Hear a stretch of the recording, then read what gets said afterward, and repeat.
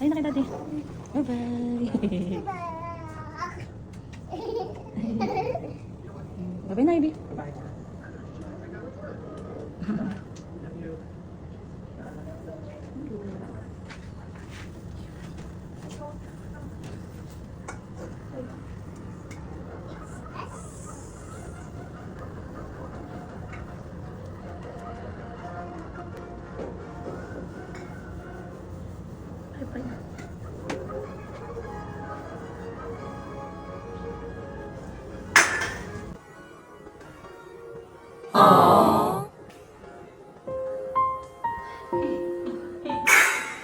Oh, ba't nag-iyak ka ba?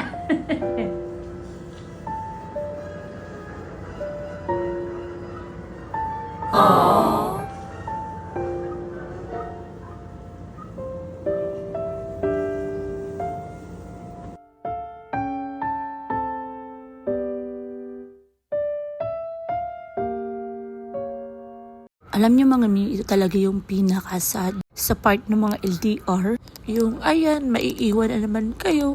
Balik sa reality na naman yung buhay natin bilang LDR. Nakakasad lang talaga yung mga ganito, di ba? Lalo pat makita mo yung mga anak mo na malungkot pag umaalis yung tatay nila. Kahit minsan pinipigilan natin umiyak, pero nanay tayo na makita yung mga ganitong moment.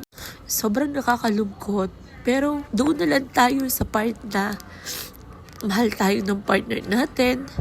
So, for sure, babalikan tayo niyan.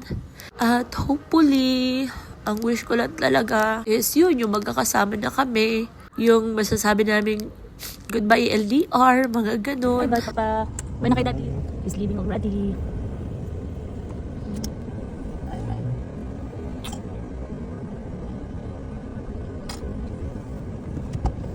Bye-bye. Bye, Bisa. Bye-bye.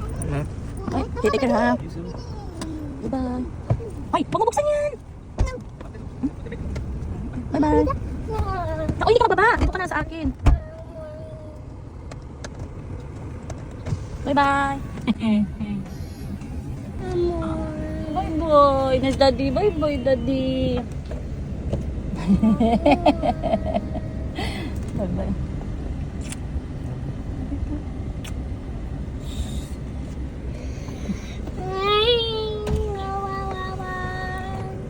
Bye-bye. Bye-bye na, Papa. Bye-bye.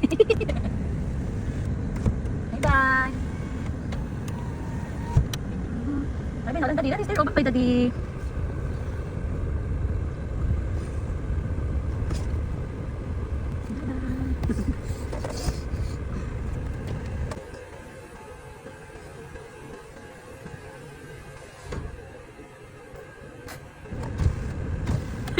Ano ba? Bumalik na naman ulit.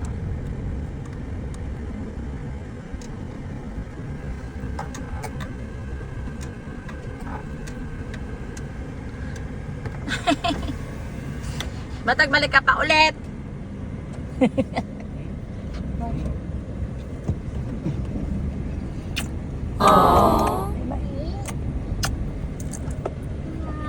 Ayun, bumalik muna siya para humalik. Alam niyo mga min, feel ko rin na halos ayaw niya ring umalis. Nakita ko rin yung lungkot niya. Yung pagyakap niya sa mga anak ko.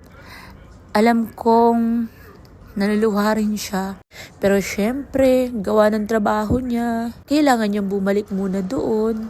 Pero for sure naman babalik naman siya ulit dito. Ito talaga mga mimay yung nakakasad sa mga LDR, no? Pero okay lang yan, laban lang. Kaya ayun, sa mga kapwa ko LDR, tibayan lang natin ang ating mga kalooban. As long as mahal natin ang partner natin, fight lang. See you to my next vlog.